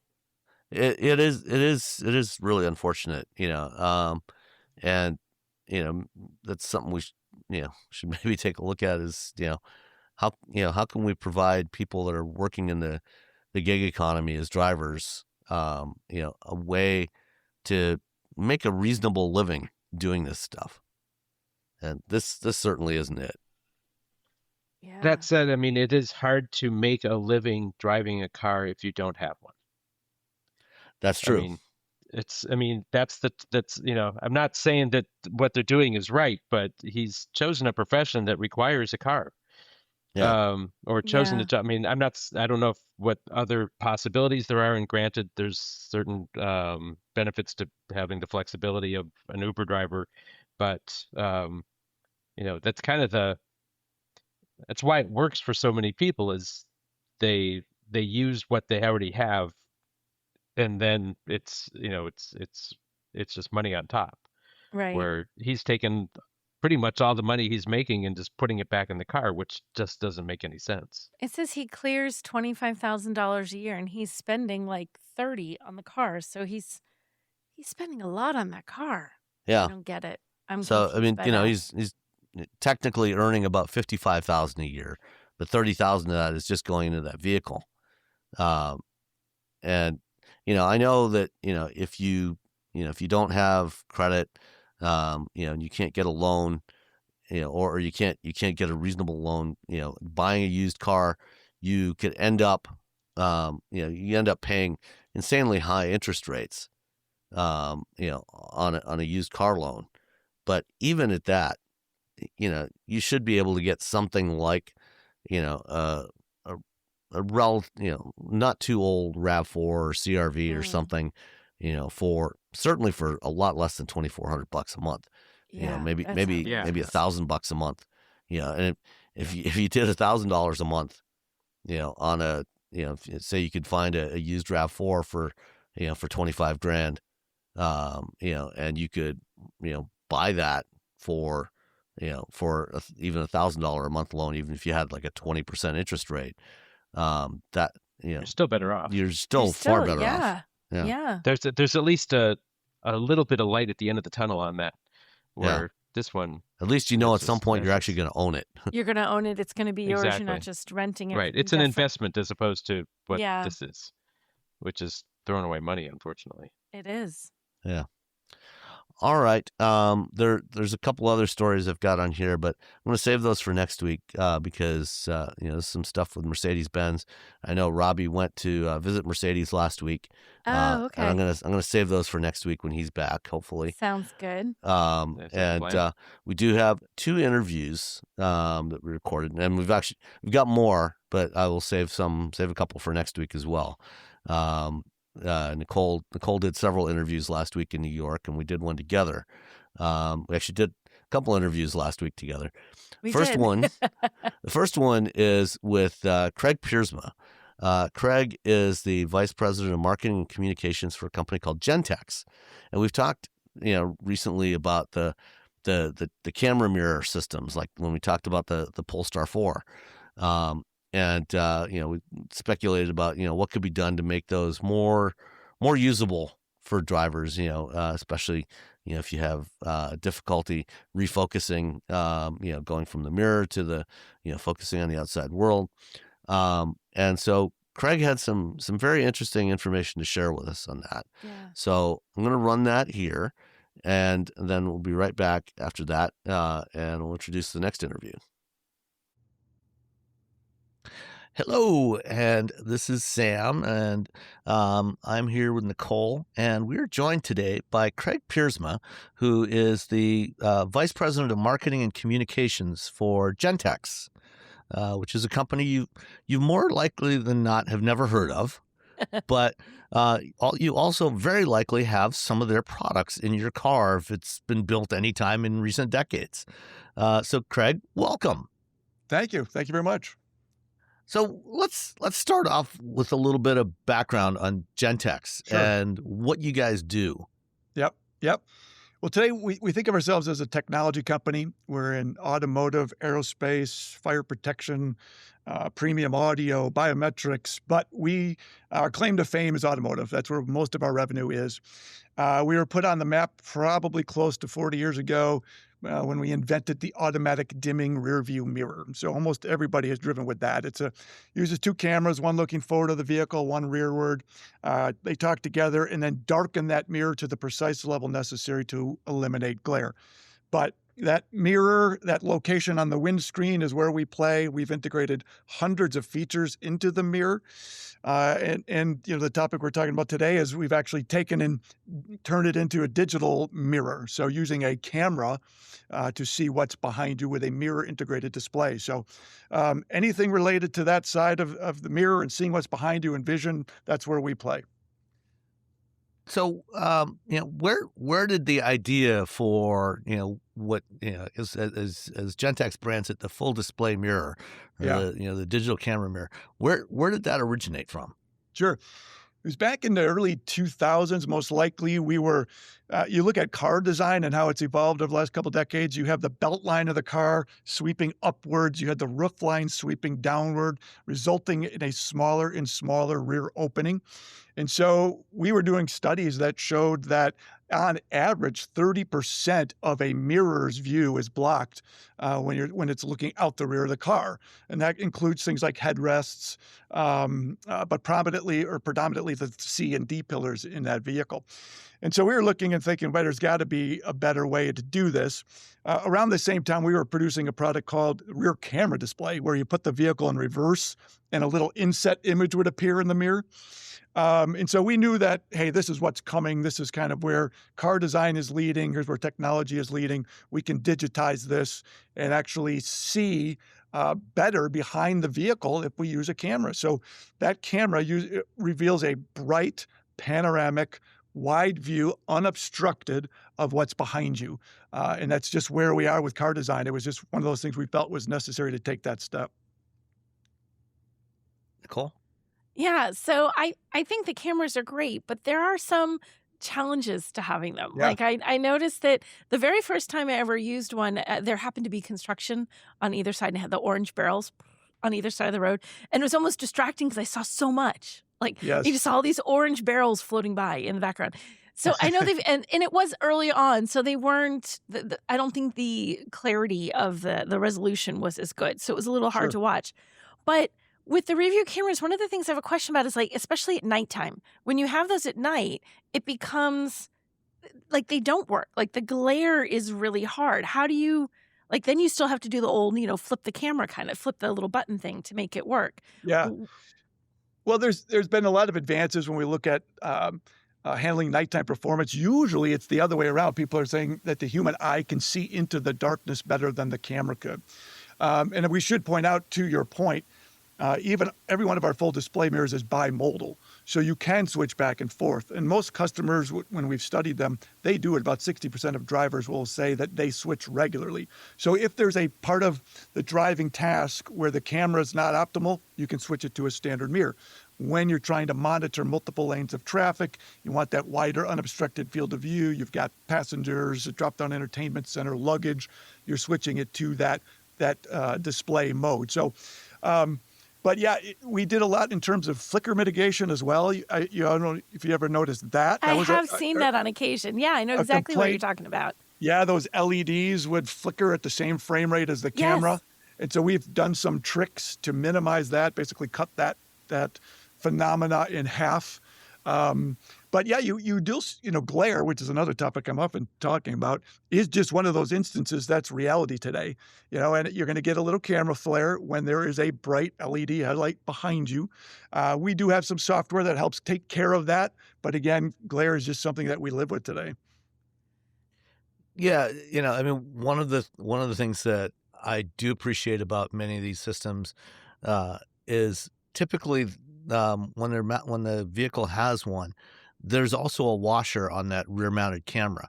And so, Yep. Living here in Michigan, where we get winter weather, your rear window gets covered with snow or salt or whatever it might be. Even with the defogger on, you don't always get a clear view through that rear window. Yep. Or on many newer vehicles, they don't even have a rear window wiper, which is Right. even more problematic. And most of the cars most, if not all, the cars I've seen with the full display mirror have a washer on there. So when you flick the washer, it actually washes that camera. So even if it has gotten obstructed, all of a sudden you got a nice clear view again. Yeah. Well, the other benefit about that, especially, they really do work well in all weather conditions. So if it's pouring rain, like you said, if you don't have a rear wiper, that rain is just flowing down that rear window. When you're driving down the road at speed, usually that camera's in a location where the water is just whipping away, and it's almost like you're not driving in the rain. That rear view is pretty darn clear because the wind is whipping the rain and the snow away from the camera as you're moving, and you have a nice clear view in that display. So, Nicole, I think I tend to be more enthusiastic about these things than you, and Robbie too, to some degree. You know, I like the cameras, and I think here's the thing that throws me. It's one of those things that when they work, and they do, like, when they work, I don't mean that the technology breaks, but when they're working the way they're supposed to, and you're using them the way they're supposed to, and all the conditions are right, they're brilliant. I love it. It's the best thing ever. But the minute conditions aren't right, it feels like they have a very narrow, perfect operating window. How's that to phrase it? Yeah. Where, if it's rainy, or if it's, there's snow or ice or stuff blown around, or it's nighttime and you got the glare. Sometimes I think just the old school mirror might be better. Prove me wrong. Prove me wrong, Craig. Well, like I said, that's why I always remind people that is bimodal. There are going to be times where the mirror mode you might prefer versus the display mode. I hate to talk about other drawbacks of the product, but most of the time when people say they have an issue, it's this need to judge depth of field. That, admittedly, is more difficult when you're looking at a 2D image, a display. And the other is when you're having to refocus your eyes. So I know that I'm older. I have reached that point where I have what I think it's called presbyopia, which is basically my eye, the older eye, usually it's after the age of 40, cannot focus on a nearby object as well. And so when we're in our car, we're looking down the road, our eyes are focused far down the road, tens of feet to hundreds of yards down the road. The moment we look at any display or anything interior of that vehicle, whether it be my instrument cluster, whether it be the center console or a full display mirror, our eye has to refocus. And that does take some energy. And as we get older, that refocusing isn't as easy to do. And that's where when we'll get into it in a bit, I'm sure, but some of the advances that we're working on are helping to alleviate some of those problems, both the depth of field issue, as well as those that we're dealing with presbyopia or can't refocus as quickly as they'd like. So I do sometimes have the depth of field issue, which, honestly, you get your side view mirrors that are real mirrors. You have to get the same thing. Like, you have to, over time, get used to the fact closer than appears, the Jurassic Park moment, that thing is right there, Right. So I wonder how much of it is just, if you had one of these, if you had a camera all the time for your rearview mirror, do you just eventually figure out how close things really are? But I'd love to hear more about how you're countering that. What about the person who's really struggling with that and has that dual mode, they're constantly just putting in old school mode instead of using the camera? Yeah, so we can jump to that. So this was exciting because I actually started talking to our product guys and some of our engineers just to kind of catch up as I was preparing for this. And there's some pretty cool things we're working on. So we are launching right now. Matter of fact, at the Consumer Electronics Show was the first time we showed what we're calling the next generation full display mirror. It's the fourth generation, as we call it internally. But and we're doing some interesting things. Number one, it's a different camera. So today, the camera that's being used, most of the FDMs that are in the field, is accompanied by a 2.5 megapixel camera. We're jumping to an 8 megapixel camera. So right there, you're going to get a much sharper, crisper, brighter view. The other thing we're doing is we're switching that display a bit. So the current display, it's about 171 pixels per square inch. We're jumping to 205, so 205 pixels per square inch. What that does is, as I just mentioned, it's a brighter, sharper, more contrast, better color saturated image. Now, if you think about it this way, if our eyes were perfect, if I'm in my 20s and I can refocus no problem, if I'm looking at a blurry image to begin with, your eyes can't bring that into focus, right? So the sharper and crisper that starting image is, the easier on the eyes and the easier it is to focus on it. And so this kind of was something that we came across somewhat anecdotally. There are certainly customers like you that have said, hey, this is an issue. We believe this is an issue, especially for older drivers. What are you doing? And we came up with this next generation FDM. We had some of our customers driving it, and they were like, "Oh, the accessibility or that image is much better. That accessibility for our customers, we think is going to be great." And we're like, "Wait a minute, we didn't even think about it." But that makes sense purely because that starting image is brighter. So we're taking it even a step further. The latest versions you're going to be able to go into, and there's usually a menu for adjusting contrast and brightness and other things. And We're going to add a menu item that is an accessibility. So some secret sauce ISP, some image signal processing that even jacks that crispness, the brightness, the color saturation up higher for those that might have this presbyopia.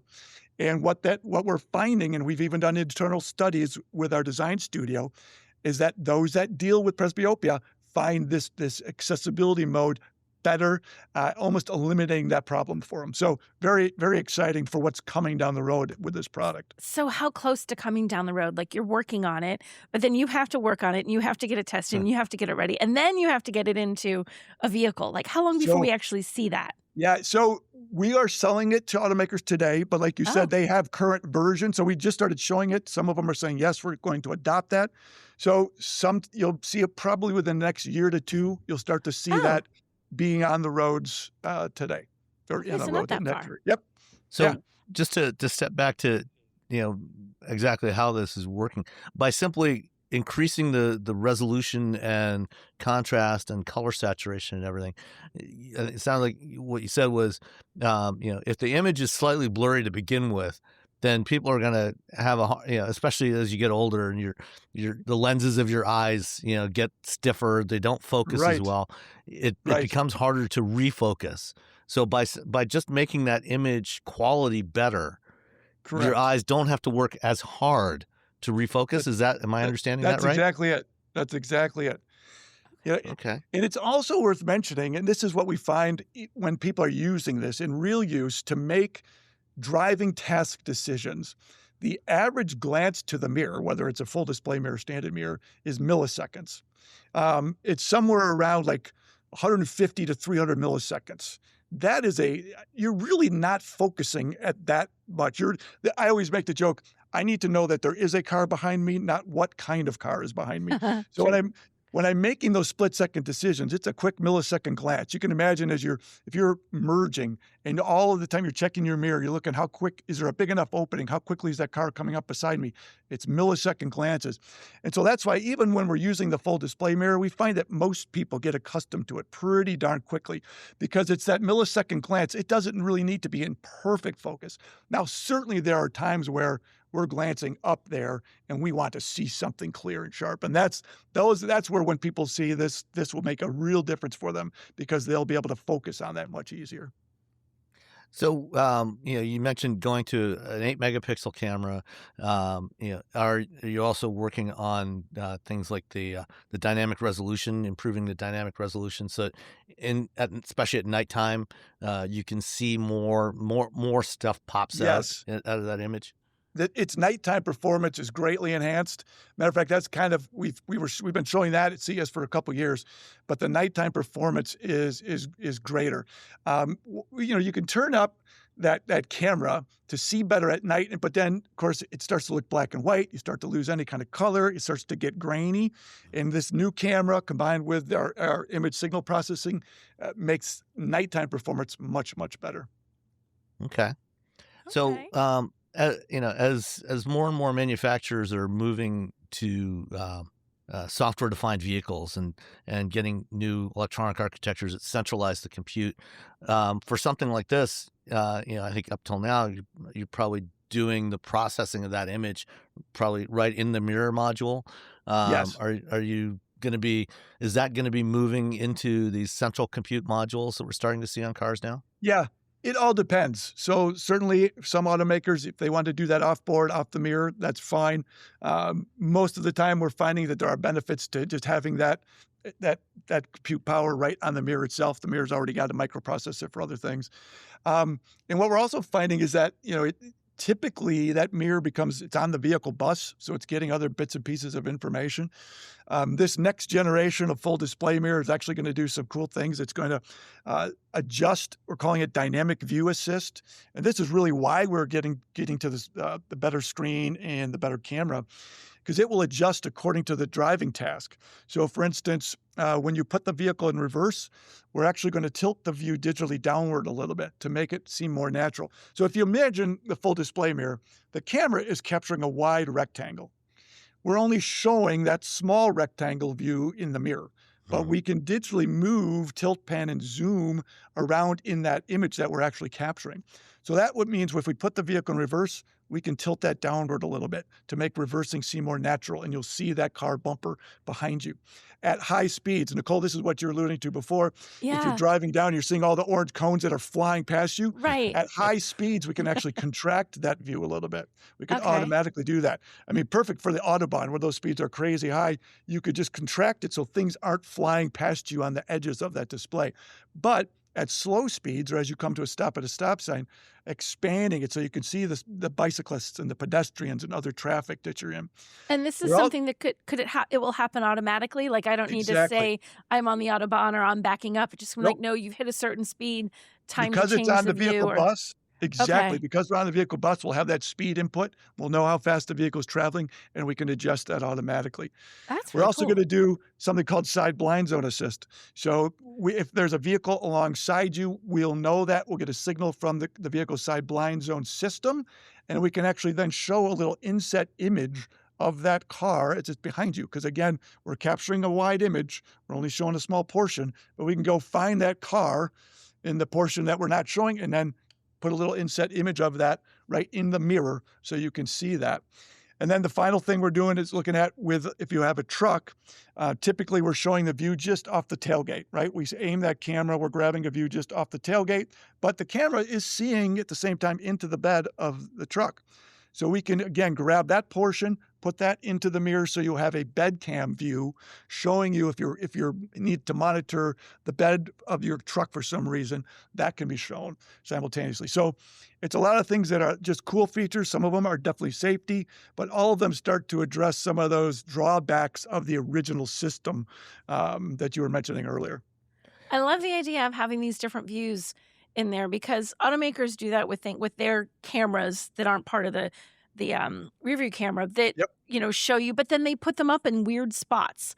Like suddenly it takes over part of your instrument cluster, or you're in a city and you're looking at really complicated directions. Like, no, now I chose you to show you the right hand side of your car instead. You're like, I need to know when I turn.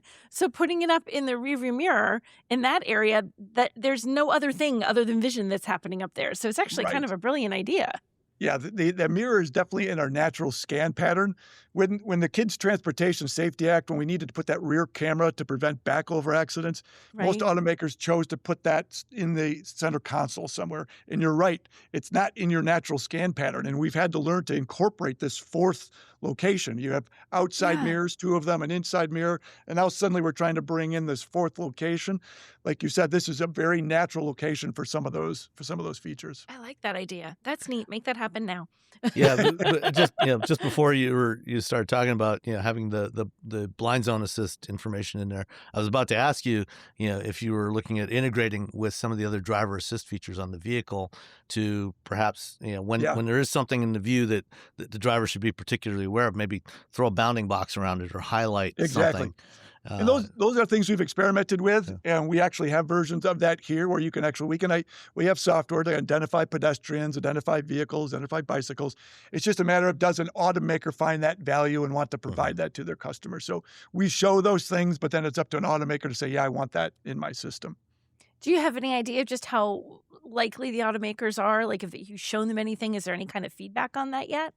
Oh, everybody that's seen the next generation full display mirror is gravitating towards that. It'll just be a matter of time. Yep. Cool. Fantastic. That's amazing. Any other questions, Nicole?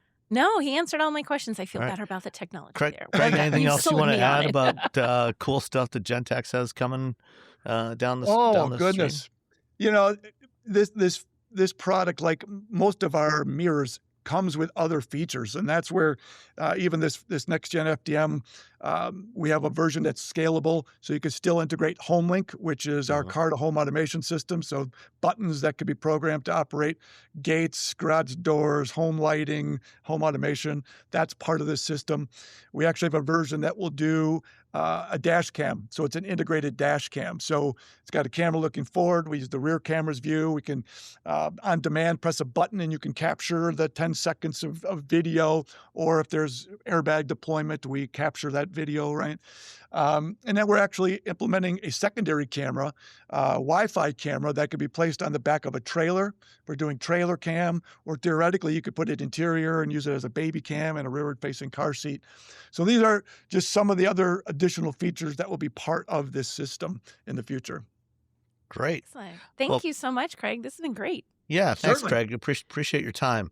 Appreciate it. I'm going to hit stop now, and then. All right, and the second interview we've got for today, it was Nicole and I sat down with Matt McAlear, who is the CEO of both the Dodge and Chrysler brands now. We talked about Matt a couple weeks ago when we mentioned that Chris Fuel was leaving Chrysler. Matt is now running both of those brands.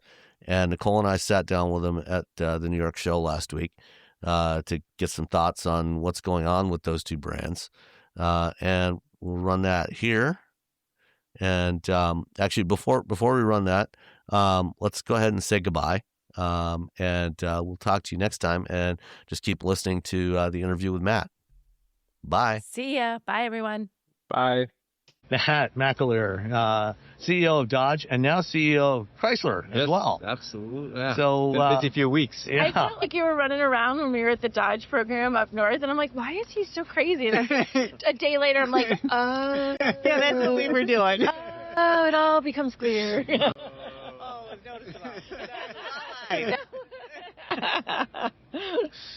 So, Chrysler, you're now down to one official nameplate. The Voyager's been rolled back into Pacifica again. Good. It's a lot easier to double nameplates than when you start with one. Yeah, exactly. Very good point. So, I guess let's start with, besides the obvious front refresh on the Pacifica, anything else changing for 2027? Yeah, a lot of evolutionary things. So in addition to the refresh, which only isn't just looks, it also 17% better light visibility. And as we move around to the side of the car, we've got 5 new wheels, finishes and designs coming. We've got 5 new exterior paint colors, which is something that a lot of people have been asking for the last couple of years. You got a couple of pretty bold colors. I like that blue there. The hydro blue, yeah. And then we've brought the evolution of the wing badge to the rear of the tailgate. And then the big thing on the tailgate is now you're able to set the opening height. So if you lived in a lower garage or you parked in a parking garage where, maybe it would always bump the top, now you can set that lower if you need to. Wasn't a thing on the old one? I don't think I even realized that wasn't a thing. It was always full open or full I'm close. glad I never tried to open it in my garage because that would have gone poorly for me. Now you can change. Now I could do that. And then on the interior, we moved in. We brought the new blue agave leather into the Pinnacle, which we have the one you were sitting in. And then we put some evolution of the safety and security features with turn signal activated blind spot cameras, and then the forward sensing cameras when you're parking. The beepers start to go off. Now the camera automatically turns on inside. And then we still have, stow and go and fam cam and stow and back and all of some of the things that just make us different in the segment. For the blind spot cameras, does that show up in the center display or in the instrument cluster? Center display. Okay. And you can turn that on or off if you like it or don't like it. Okay. So, you've also now lost the plug-in hybrid powertrain, so you're down to just the Pentastar. Was there any thought to maybe doing something with the new hybrid system that you have in the Cherokee?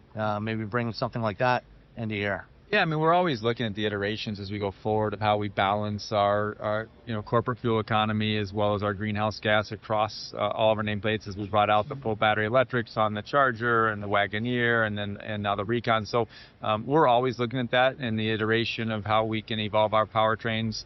Hybrids, I think, are obviously one of the powertrains going to be important for the future. But with this model right now, I think it's such a great fit with the Pentastar, the 9-speed, the all-wheel drive capability, the snow and go 1 second and third row, best-in-class towing.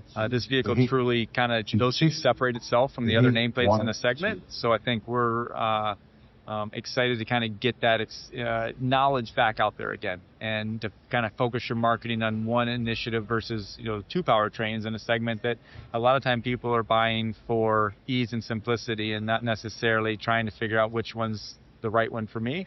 And I'm excited about this model, this launch, and I think it's the right time as we start to see the segment growing, forecasted to grow year over year for the second and third straight year.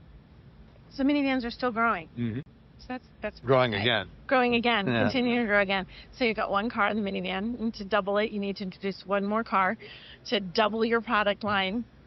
How much can you share about what the plans are for that? What have you shared? What can you say that I'm not going to have her staring at me and giving me no, I think the exciting thing is that we have our Investor Day presentation coming up next month, May 21st in Auburn Hills, where Antonio and the team are going to lay out the future of many of our brands, and Chrysler is one of those brands. So we don't have to wait too long today. We're focused on obviously the launch of this vehicle, but Chrysler has an important future, and we're excited to disclose and show all that next month. So have to wait but we will see more from the Chrysler brand going forward. Yes.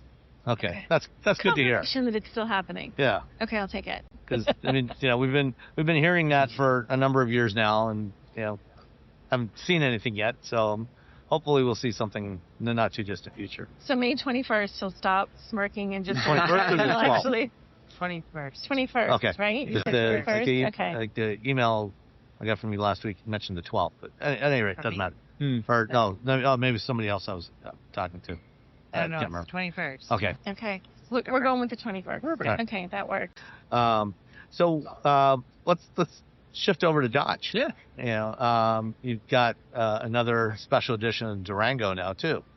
Yeah, so it was an exciting day. Durango is one of those cars that it just continues to set records, and we had our best sales year in 20 years last year.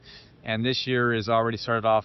Vehicles are turning extremely quick. We announced the V8 only strategy back in Roadkill Nights, and demand was so high as we ramp up for Hemis, we had to bring back some production of the V6 to meet consumer demand.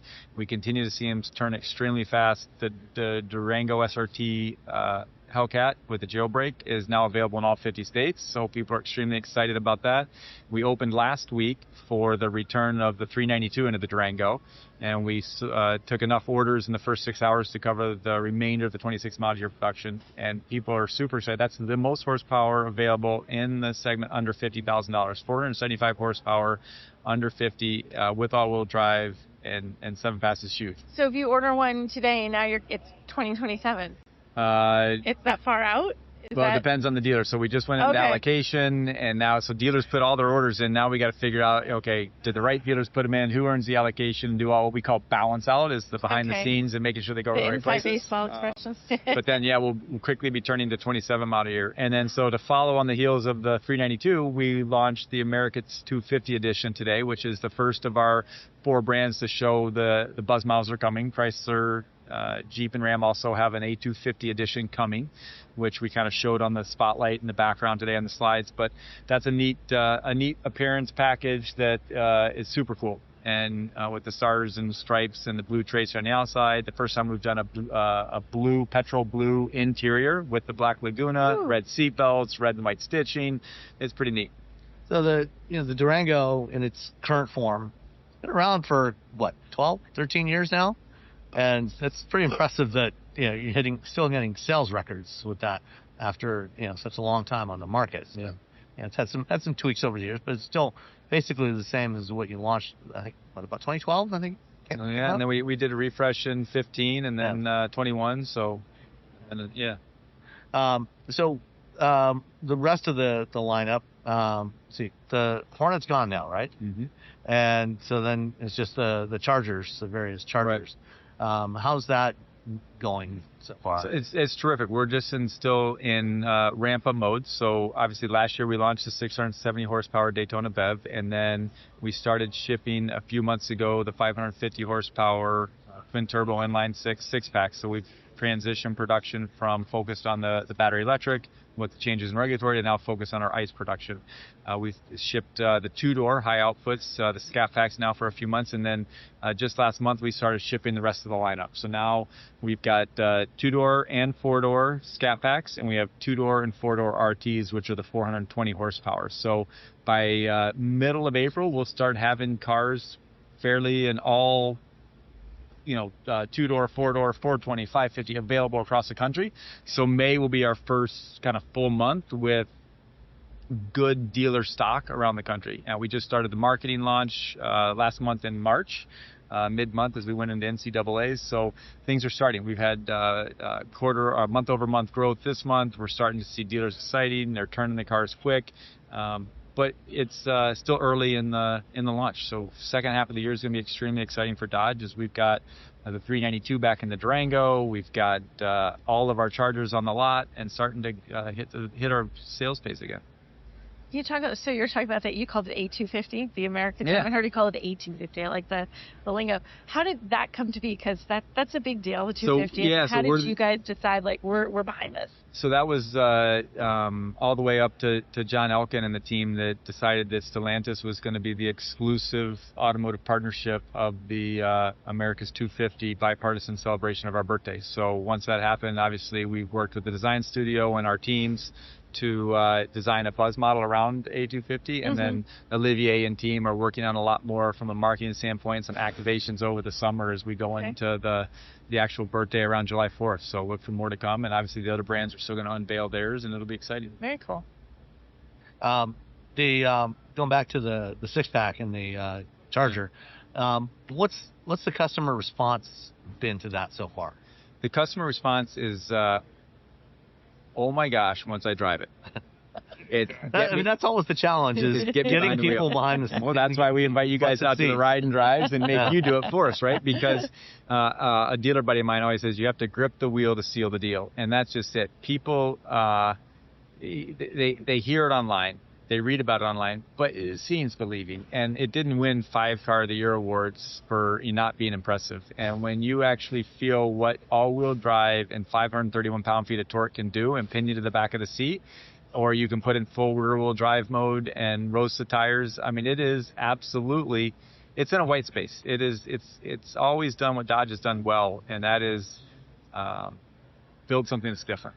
And I mean, it's a full-size, almost as wide as you can get in the industry without running lights. It's got SUV-like cargo capability, all-wheel drive capability. So if it was any wider, it would need running lights? Yeah, 8 to 5 inches. Yeah, so I think that much of needed running lights. No kidding. That's kind of cool. With incredible rear leg room. I've taken on road trips with people in the back, and it's unlike anything else you can buy. Is it a track car? Is it a pony car? That's never what it was intended to be. It's Dodge. It's a muscle car. It's take your friends and family with you. Yeah. And the Daytona, is a great cruiser. Yeah. And that's the thing. When I drove the Daytona at the launch, the impression I came away from was, forget about the fact that it's electric. Just drive it. Just get in and drive it. And I think that's part of the problem, is getting people to get past whatever might be propelling this thing and just try it out. And I think if people would do that, they, either one, the six-pack or the electric, they would probably say, okay, yeah, maybe I don't need a V8 right now. Well, you're starting to see it on the forums, and you start reading about it, and you're like, okay, I went and test drove it. I didn't think I was going to love it. I bought it. I mean, it doesn't take long for people to realize, yeah, this is something special. And it doesn't mean you have to fall out of love with V8s, right? Mm-hmm. We're not telling you to get rid of any of that. We still have standard V8s and Durangos. Got them all over the line. Yeah, we're not saying fall out, but we're saying if you want something that's far superior than your V8 that outgoing on the 5.7, the 6.4, those float away all day long. And what do you think, like where the Dodge brand is now, where you have the EV and you have the Durango and you have the gas chargers, what do you hope the public perception is? They look at this, they're here, they see this. What do you hope they think when they see that? I hope they just say, okay, we weren't sure maybe for a year, but Dodge is back. We should have trusted them. We should have we shouldn't have maybe been quite so vocal. At the end of the day, do I mind the people being vocal? No, I'd rather them talking than not talking, right? We still have such a passionate fan base, and when we release a social video or an ad, that the number of people that engage is just overwhelming. So I keep doing that, keep pushing us. Are we done with that car? Absolutely not. I mean, you look what we've done in a year and what we've brought out: 2-door, 4-door, 420, 550, 670, colors, wheels. That's just in 1 year. We got a lot of stuff we're still working on. You never get it right out of the gate. If you got it right out of the gate, you'd have one car and be done and never have to evolve. There wouldn't be new cars. You just get it. So yeah, you're always pushing the boundaries, always making things better, and I'm excited for the future. So what you're saying is the Charger Hellcat is coming back. I love to see. There it is. There's no, he did not say that. He did not say that. Clarified for the podcast. The handler's like, no. Anything else? No, that covers it for me. All right. Terrific. Thanks for coming out. Yeah, thank you very much, Matt. It's good seeing you. Good to see you too. Thank you, Yeah, guys. thank you, Seeing as always.